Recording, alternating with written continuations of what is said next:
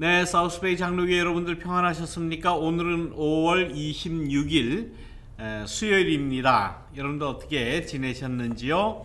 이제 점점 우리가 대면 예배를 드릴 수 있는 날이 가까이 온다라고 생각이 됩니다. 그러나 아직도 조금 주의해야 될 일들이 많이 있는 것 같습니다. 자, 그것은 그렇고 오늘도 역시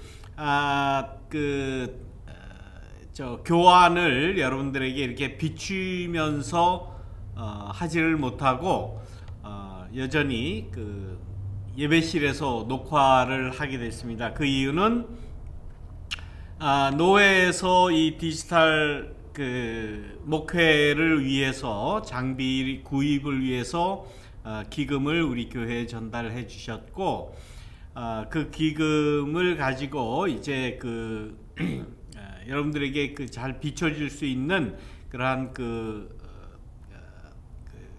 아이패드를 오더를 했습니다. 그런데 지금 뭐 코로나 상황이기 때문에 아마 애플사에서도 굉장히 바쁜가 봐요. 그래서 지난 월요일 날 오더를 했는데 약 6주를 기다려야 그 물건이 이제 도착을 한다고 그럽니다. 오더는 했습니다. 그래서 그때까지는 아마 6월 말 정도 되지 않을까 생각을 하는데, 지금 계획대로는 지금 올해 전반기 열심히 달려왔는데 아마 6월 정도까지 이제 학과를 진행을 하고 조금 이제 7, 8월 두 달 정도 이제 방학을 했다가 9월 달에 이제 다시 시작하려고 그렇게 계획을 했습니다. 그런데 하루라도 빨리 여러분들에게 좋은 화면을 보여드리기 위해서 노력을 했습니다만은 물건이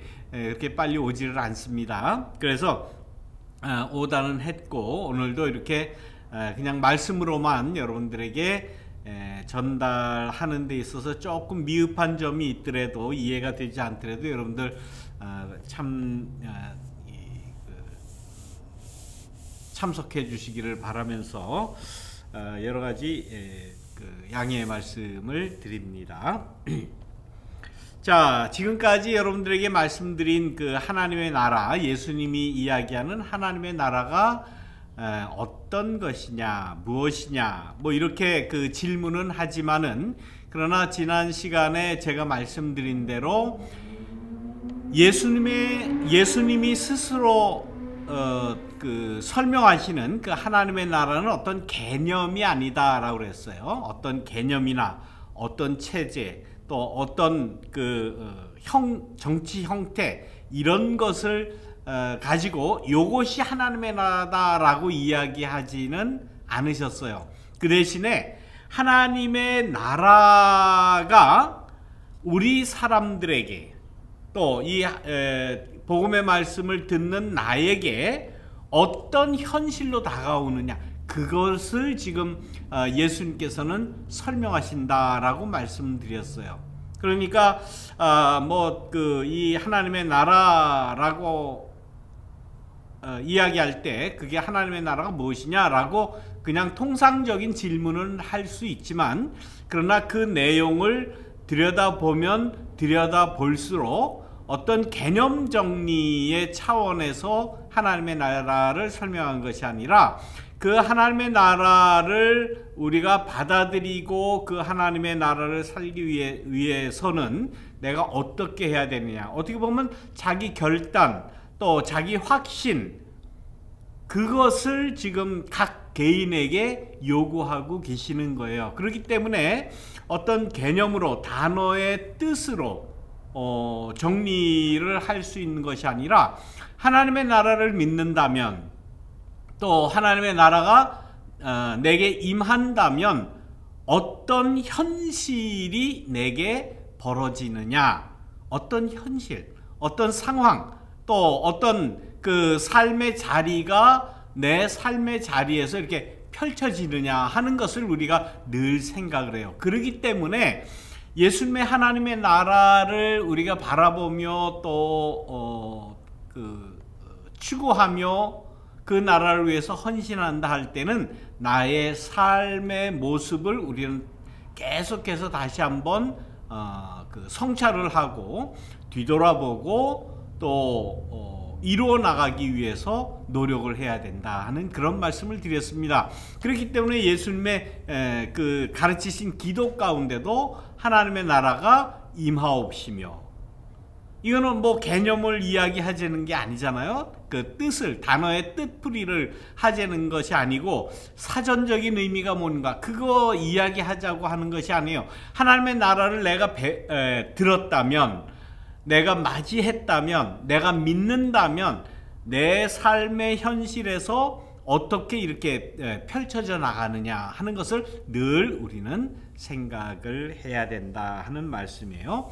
자, 그런 의미에서 지난 시간에 말씀드렸던 그 씨 뿌리는 자의 비유, 씨 뿌리는 자가 나가서 씨를 뿌렸는데 어떤 그 씨는 돌짝밭에 떨어지기도 하고 길가에 떨어지기도 하고 또 가시덤불에 떨어지기도 하고, 어떤 씨는 좋은 토양에 떨어져서 좀 잘 자라나고 뭐 10배, 60배, 100배의 열매를 맺는다. 뭐 이런 그 말씀의 그 씨 뿌리는 자의 비유, 이게 하나님 나라의 비유이지 않습니까? 그 말씀을 볼 때에 우리는 하나님의 나라를 어떻게 받아들입니까? 우리는 씨 뿌리는 자가 씨를 뿌린다고 할 때 그 씨라고 하는 것은 무엇이라고 우리가 받아들일 수가 있겠습니까? 뭐 하나님의 말씀이라든지 뭐 말씀이죠. 또 복음이라든지 예수님의 말씀이라든지 그것이 떨어지는데 나의 자세가 어때야 되느냐 하는, 돌짝밭 같은 그러한 마음이 되어야 되느냐, 그저 그냥 아무 그 씨를 이렇게 그 싹을 트게 하는 그런 싹도 못 트게 하는 그런 그 길가냐, 또 가시덤불이냐. 뭐 이제 그 가시덤불에는 이렇게 가시가 많아서 잘 자라는 그러한 가지를 이렇게 찌른다는 거죠. 그러니까 그런 그 마음에 밭이 되지 되면 안 되고, 내 마음은 이렇게 아주 잘 가꾸어진, 잘 이렇게 뭡니까 저희 그 토양을 잘 갈아놓은 그러한 그 씨가 심겨져서 잘 자랄 수 있는 그러한 토양과 같은 그러한 마음이 돼야 된다 하는 그런 말씀으로 우리가 받아들이잖아요. 그러니까 이 씨 뿌리는 자의 비유, 하나님의 말씀을 들었을 때에 나의 이 그 현실이, 나라고 하는 그 상태가 어때야 되느냐 라는 말씀으로 받아들일 때에, 이 하나님의 나라에 대한 이 말씀은 곧 이렇게 하나님의 나라는 이와 같다라고 이제 비유로 설명을 하시고 서술을 하셨지만은 결국은 뭡니까? 그 말씀은 나에게는 어떤 하나의 명령으로도 우리가 받아들일 수 있는 거 아니에요. 그러니까 좋은 토양과 같은 그러한 자질을 가져라, 그러한 그 마음의 밭을 갈아라, 뭐 이러한 그 명령으로도 우리가 받아들일 수 있지 않겠습니까? 곡식과 가라지 비유도 역시 마찬가지예요. 지난 주일날 우리가 보았던 마태복음 13장에 나오는 그 곡식과 가라지 비유.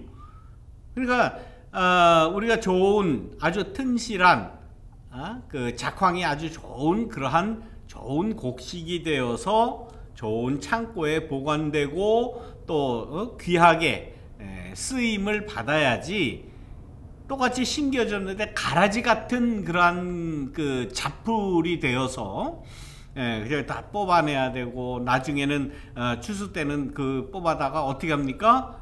갖다 불 태울 수밖에 없는 그런 존재가 되면 안 된다. 이런 것이 바로 하나님의 나라다라고 말씀하실 때는 좋은 곡식과 같은 그러한 그 존재가 되어라 하는 그런 말씀 아니에요?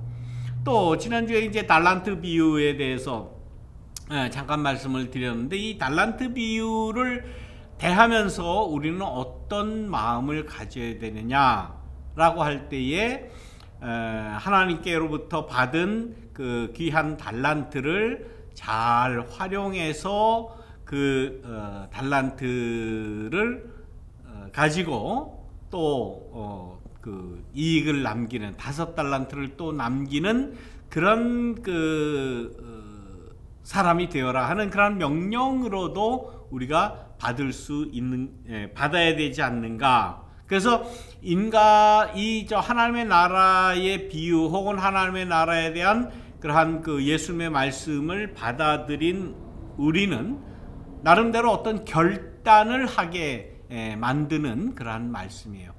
내 결단과 함께 그 다음부터는 결단과 함께 내가 하나님의 나라를 만들어야지, 하나님의 나라를 이루어야지, 하나님의 나라라고 하는 그러한 현실을 내 삶으로 받아들이고 만들고 이루어 나가야지 하는 그러한 결단이 우리에게 생기고, 그 결단이 생긴 다음에는 우리가 그대로 실행을 해야 되는 것 아니겠습니까?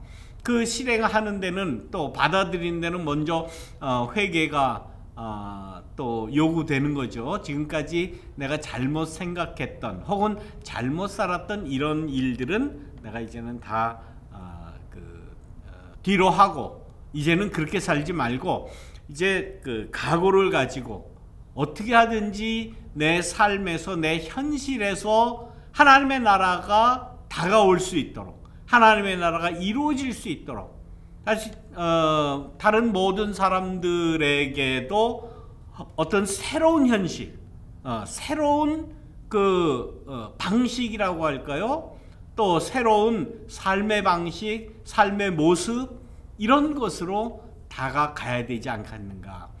사람들은 그렇게 새로운 그러한 그 올바른 삶의 방식을 살아가는 사람의 모습을 보고 그 매력을 느끼는 거 아닌가. 아, 저렇게 살아야 되겠다.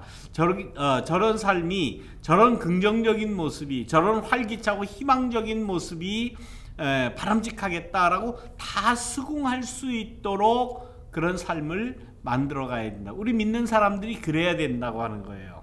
예. 우리 믿는 사람들이 그 다른 사람들이 생각하거나 또 살아가는 그 방식 그대로 그저 그 답습한다면 무슨 매력이 있겠습니까? 누가 그걸 쳐다보겠습니까? 그렇게 살아가서는 안 된다는 거죠. 얼마 전인가요? 2주 전인가 부처님 오신 날, 석가탄신일을 한국에서는 크리스마스 성탄절과 같이 휴일로 하고 그렇게 그 경축일로 보냅니다. 그런데 소위 예수 믿는다고 하는 자들이 그 도심 한가운데 있는 그 조계사라고 있습니다. 조계사 앞에 가서 뭐 찬송가를 몇 시간을 불렀대요. 찬송가를 부르면서 뭐 추태라고 밖에는 볼 수 없죠. 예. 뭐 찬송가 부를 데가 없어 거기 가서 부릅니까? 그게 뭡니까? 다른 그 종교의 최대의 그야말로 축하할 그러한 날인데, 예를 들어서 뭐 성탄절에 교회 앞에 와서 뭐 다른 종교 행사를 막 한다, 혹은 뭐 목탁을 두들기면서 불경을 낸다, 그러면 그 곱게 볼 사람이 어디 있습니까? 이거는 정말 있어서는 안 될, 정말 이거는 너무나도 유치하고 너무나도 잘못된 그런 일을 신앙이라는 이름으로 아직도 행하는 자들이 있어요. 그러면서 왜 이 석가탄일 날, 부처님 오신 날 이 조계사 앞에 와서 이렇게 찬송을 하느냐 그렇게 물어봤더니 그 찬송하는 그 젊은 청년들이 그렇게 얘기를 해요. 저들도 구원받고 예수 믿고 구원받고 천당 가게 하기 위해서 그런다는 거예요. 그 무슨 말도 안 되는 그러한 그 구태의연한 그러한 그 소리입니까? 그건 도저히 현대 사회에서는 용납될 수 없는 비판받아야 할 잘못된 일이에요. 그거는 아주 잘못된 일입니다. 그렇게 하면 안 돼요. 예, 자기가 믿는 종교가 중요한 만큼 다른 사람의 종교도 존중하는 마음을 가지고 살아가야지. 그리고 다른 종교를 대하는 그런 마음을 가져야지. 그런 이건 뭐 구태의연하다고 말할 수도 없어요. 아무튼 단적으로 그냥 잘못된 거예요. 아주 잘못된 그런 마음 가지고 그런 방식의 뭐 자기들 나름대로는 전도 방법이라고 이야기할지 모르는데 그건 전도 방법도 아니고 이건 뭐 그런 사고방식은 없어져야 됩니다. 아직까지도 신앙이라는 이름으로 예수 복음 전파라는 그러한 미명하에 그런 추태를 그런 그야말로 반인륜적인 그런 일을 저지르는 것. 누가 전도 방식의 매력을 느끼고 누가 저 사람들이 와서 저거 예수 믿으라니까 내가 믿어야 되겠다라고 하는 사람 한 사람이나 있겠습니까? 없습니다. 그건 안 돼요. 그건 잘못된 거예요. 우리 믿는 사람들이 이런 막무가내 신앙이라는 미명하에 저지르는 이러한 추태들 아직까지 많습니다. 네, 이거 고쳐나가야 돼요. 그거는 하나님의 나라가 아닐 뿐더러 하나님의 나라를 완전히 망가뜨리는 그러한 추태라는 사실이에요. 더 걱정이 되는 것은 젊은 애들이 그런다는 거예요. 젊은 애들이, 젊은 청년이라는 애들이 이게 뭡니까? 이러다가는요 개신교 그야말로 망해갑니다. 지금도 많이 망했어요. 이거 우리가 자성해야지, 자성하고 반성하고 해야지. 이게 무슨 하나님의 나라예요. 다른 종교 최대 경축일에 가서 찬송가 부르고 예수 믿으라고 그러고 그게 무슨 뭐 시비를 거는 겁니까? 뭐 추태를 하는 겁니까? 이게 뭡니까? 도대체가 창피해서 정말 얼굴을 들 수가 없어요. 그런 면에서 개신교에서는 불교에 대고 미안합니다, 죄송합니다, 우리가 잘못 가르쳤습니다 라고 용서를 구하는 그런 일이 있어야 될 겁니다. 이미 그렇게 하는 목사님들도 많이 있다고 하는 사실입니다. 아무튼 하나님의 나라를 우리가 전해 듣고 받아들이고 하나님의 나라를 우리가 발전시키고 만들어 가야 한다라고 한다면 여러 비유에서 나온 예수님의 하나님 나라의 비유를 나의 삶으로 살아내고 새로운 형태의 모든 사람에게 정말 인정받을 수 있는 그러한 현실을 우리가 만들어 가야 돼요. 칭찬받을 일들을 만들어 가야 돼요. 그렇게 비난받고 손가락질 받는 그런 일을 해서는 안 된다라고 하는 거예요. 그러니까 이 하나님의 말씀, 이 복음의 말씀이 무엇이냐라고 올바로 알지 못한 이 결과가 얼마나 이게 정말 터무니없고 심지어는 무서운 그러한 결과를 가져오겠습니까? 우리는 어떻게 하면 하나님의 나라를 잘 이룰까, 잘 살아나갈까 하는 그러한 고민과 함께 우리는 늘 말씀 앞에 성찰하는, 또 자기의 삶과 자기의 행위 앞에 뒤돌아보고 성찰하고 반성하고 회개하고 그리고 하나님의 나라를 올바로 이루어 나가기 위한 공부와 노력을 열심히 해야 된다 하는 말씀을 오늘 말씀드리도록 그렇게 하겠습니다. 자, 여러분들 다음 시간 만날 때까지 평안히 계시기를 바랍니다. 여러분들 안녕.